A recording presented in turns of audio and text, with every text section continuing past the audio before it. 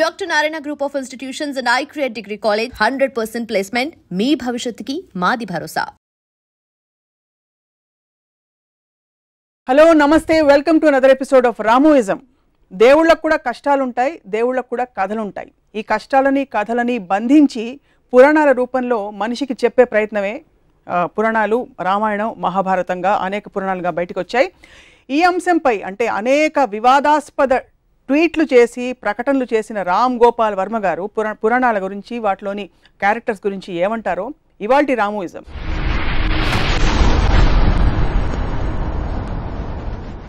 నమస్కారం. Latest tweet ఏంటి రామ్ గోపాల్ వర్మ గారు?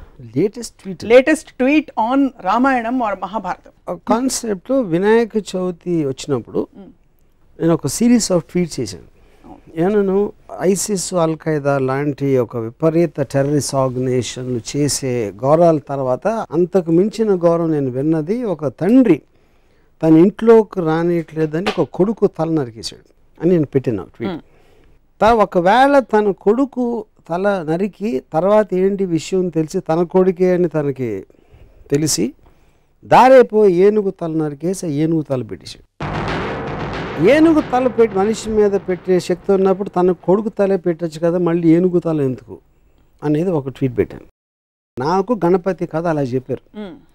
ఫస్ట్ శివుడు అనే దేవుడికి తన కొడుకు తనే తెలియదా ఒకటి, అది పక్కన పెడదాం. ఒక చిన్న పిల్లడు లోపలికి రావద్దు అన్నాడు, కానీ అటాక్ కూడా చేయలేదు. నన్ను రావద్దు అంటావు రా అని తల నరికేస్తే నాకు తెలిసి తాలిబాన్ కూడా చేయలేదు, కానీ మన దేవుడు చేశారు. దాని తర్వాత ఏనుగుని చంపితే ఇప్పుడు WWF అంత గోల్ చేస్తారు, మేము సినిమాలో కుక్కను పెడితే సెన్సార్ వాళ్ళు కుక్కర్ని ఏమన్నా చేశారా అని అడుగుతారు. ఏమి అన్నం పోయిన తెలియదు, ఏనుగుని చంపేసి దాని తలను పెట్టారు. ఆ తల ఎందుకు పెట్టలేదు అదో క్వశ్చన్. దాని మీద బాంబేలో ఒక శివసేన ఇలాంటి ఎంఎస్ గ్రూప్ వాళ్ళు ఇలాంటి ట్వీట్లు పెడతాంటే గణపతి అనేది చాలా పెద్ద ఈవెంట్ బాంబేలో. అంటే దాంట్లో ఒక లీడరు ఇప్పుడు మనం గొడవ చేస్తే దీని గురించి దాంట్లో లాజిక్ అంతా బయటికి అవుతారో తనకే పబ్లిసిటీ వస్తుంది, వదిలేయండి అని చెప్పాడు. సో నా పాయింట్ ఏంటంటే అది ఇప్పుడు మనం బ్లైండ్గా ఫాలో అవ్వటానికి ఒక దేవుడికి ఉన్న క్వాలిటీస్, ఆ దేవుడికి ఉన్న ఆ పర్టిక్యులర్ పురాణ పురుషుడికి ఉన్న క్వాలిటీస్ అనేది మనకు చాలా ఇంపార్టెంట్ స్టడీ చేయడం.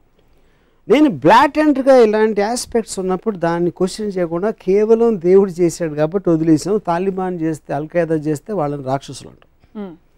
ఇది ఒక ఎగ్జాంపుల్. రెండో ఎగ్జాంపుల్, రాముడు వనవాసానికి వెళ్ళిపోయాడు, సీతమ్మ లక్ష్మణుడు ముగ్గురు వెళ్ళిపోయారు. 14 సంవత్సరాలకి సరిపడా వాళ్ళకి బట్టలు ఆభరణాలు ఇచ్చారు.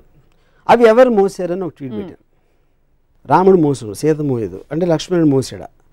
ఒకవేళ ఇవ్వకపోతే అవే బట్టలతో 14 సంవత్సరాలు ఉన్నారా? లేకపోతే అడవిలో వేరే బట్టలు ఎక్కడ కొనుక్కున్నారు? లేకపోతే ఆకులను కట్టుకున్నారు? ఇలాంటివి ట్వీట్ చేశారు. అదేంటి నాకు కించపరచడం కాదు, దాని గురించి జోక్ చేయడం కాదు. ఇలాంటి ఫండమెంటల్ ఎలిమెంట్స్ గురించి నేను సినిమా తీస్తే 1,00,000 రకాల రివ్యూలు రాస్తారు. రామాయణ మహాభారతంలో నేను తీసే అతి చెత్త సినిమాలు కానీ ఎక్కువ లొసుగులు ఉన్నాయని నా ఫీలింగ్. వాటికి ఎవరు ఇంత పూజిస్తారు కానీ రివ్యూస్ రాయరు. నా సినిమాలు ఏమో చూడరు, ఫ్లాప్ చేయిస్తారు.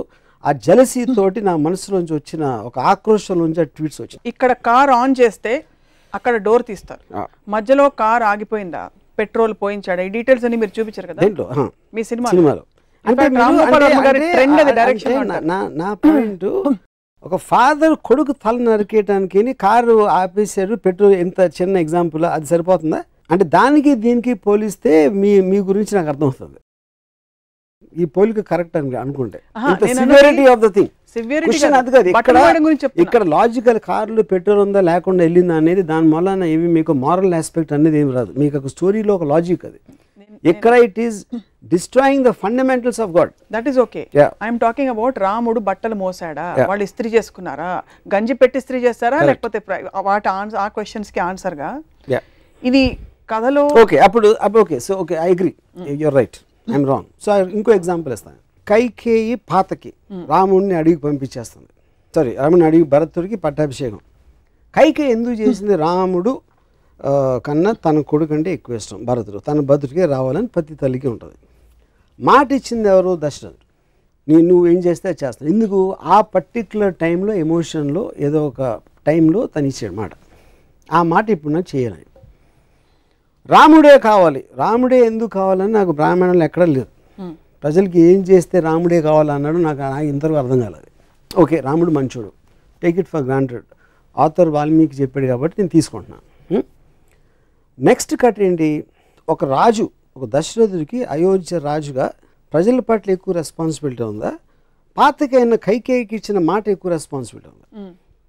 అప్పుడు నాకు రంగనాయకం విశ్వరోక్షణలో ఒక ఎక్స్ట్రాడినరీ పాయింట్ ఏమనిపించిందంటే, కైకే నాకు ఇచ్చిన మాట మీరు నిలబెట్టుకోరు, మాట తప్పితే మోక్షం రాదు అనే భయంతో నా మాటకి విలువిస్తున్నారు. మోక్షం రాకపోతే స్వర్గప్రాప్తి రాదు, స్వర్గప్రాప్తి రాకపోతే రంభ ఉరుసులు దొరకరు. అది మెయిన్ పాయింట్ అక్కడ. ఒకవేళ తన పర్సనల్ హ్యాపీనెస్ మోక్షం రావాలి, స్వర్గం అలా నాది వచ్చేస్తే అయోధ్య ఏమైపోయినా నాకు పర్లేదంటే, అప్పుడు మనకు ఉన్న పొలిటికల్ లీడర్స్ స్విస్ బ్యాంక్లో నా డబ్బు ఉంటే చాలు, దేశం ఏమైపోయినా పర్లేదంటే దానికి దీనికి ఏంటి అసలు difference? Absolute no difference. So ఇది మోర్ రిలవెంట్ పాయింట్. ఇందాక ఇచ్చిన బట్టల పాయింట్ పక్కన పెట్టి ఈ పాయింట్ పెడుతున్నాయి ఇప్పుడు.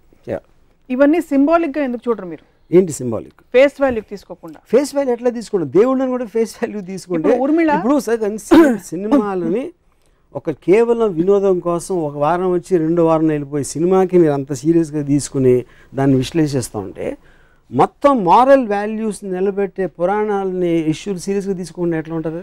సో తత్ఫలితంగా పురాణాలు కేవలం తలాతోకలేని ఇంట్రెస్టింగ్ కథలు ఆప్షనే అదా, లేకపోతే పురాణాలు సమాజ విరుద్ధంగా జరిగే అనేక అంశాలని మనం జస్టిఫై చేస్తున్నాం కాబట్టి పురాణాల్లోనే ఎక్కువ క్రైమ్స్ జరుగుతాయి. మన మామూలు మీరు రేపు పొద్దున ఈనాడు లేకపోతే టీవీ ఇలాంటి టీవీల్లో చూసే కన్నా ఎక్కువ క్రైమ్స్ నాకు తెలిసి పురాణాలు జరుగుతాయి. అబ్సల్యూట్లీ లేనిది. అది ఉండాలా ఉండకూడదా క్వశ్చన్ కాదు, పాయింట్ అది కాదు. మన అంత పూజ నుంచి అంటే అది మన మెంటల్ స్టేట్ని రిఫ్లెక్ట్ చేస్తుంది. పురాణాన్ని సీరియస్గా తీసుకునేవాళ్ళు అది యాక్చువల్లీ అతని మెంటల్ స్టేట్ రిఫ్లెక్షన్ అది. యూనో, సో దాని మీద నేను అబ్జర్వేషన్ చెప్తున్నాను అంతే. రంగనాయకమ్మ గారి విశ్లేషణల ప్రభావం ఇది మీరు నేరుగా చదివి. రంగనాయకమ్మ విశ్లేషణ క్వశ్చన్, రంగనాయకమ్మ ఒక థాట్, ఐన్ ర్యాండ్ అనేది ఒక థాట్. వాళ్ళు ఇచ్చినట్టు తీసుకోకుండా దాన్ని ప్రశ్నించి దాని గురించి ఆలోచించి చేసిన ఒక విశ్లేషణ, ఒక ఆబ్జెక్టివిస్టిక్ అండర్స్టాండింగ్. మొత్తం ప్రపంచంలో ఎవరిదైనా వెళ్ళేది మీరు ఇచ్చింది తీసుకోకుండా దాని వెనకాల ఉంది, ముందే ఉంది, దాని రీజన్స్ ఏంటి అనేది తెలుసుకుని చేయటం అనేది ప్రోగ్రెస్కి అవసరం. సో ఓవరాల్గా ఈ క్యారెక్టర్స్, ఈ ఎపిసోడ్స్ ఏవైతే మనం ప్రస్తుత సమాజంలో అర్థం చేసుకోలేనివి, ఫర్ ఎగ్జాంపుల్ బిగమి, 2 భార్యలు ఉండే దేవుళ్ళు కావచ్చు, వీటన్నిటి వల్ల ఈ పురాణాలు చదవకూడదు అంటారా మీరు, లేకపోతే చదివినా ప్రశ్నించండి అని అడుగుతున్నారు కదా? ఇప్పుడు దానికి ఒక గాడ్లీనెస్ ఇవ్వటం కరెక్ట్ కాదన్న. లుక్అప్ చేసి ఇలాగా ఒక గౌరవంతో చూడటం. మీరు ఏదో ఒక ఫోక్లోర్ కథలాగా విన్నారా, లేకపోతే చందమామలో కథ వచ్చిందా అనేది వేరు.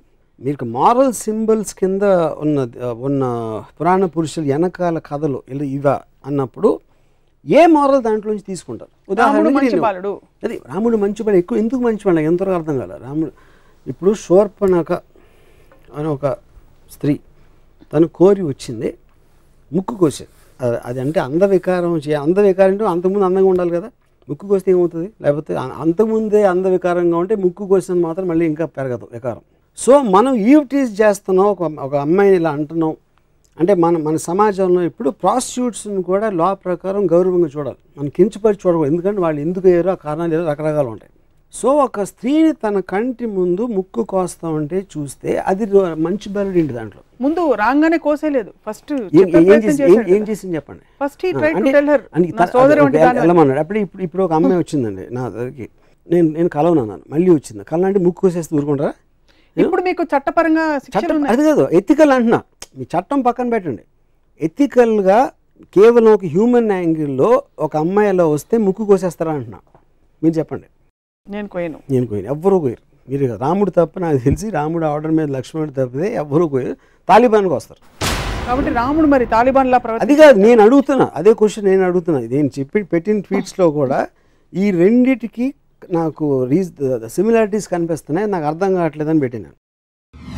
శ్రీకృష్ణుడి గురించి మనకి తెలిసింది, he was an embodiment of pure love. అంటే అందరినీ పూజిస్తాడా కూర్చుని? ఎవరి సెంటిమెంట్స్ హర్ట్ అవుతాయని అనుకోరా? హర్ట్ అవుతుంది ఎక్స్ప్రెషన్ చెప్తాను. నేను అడిగిన ఒక లాజికల్ క్వశ్చన్ అది.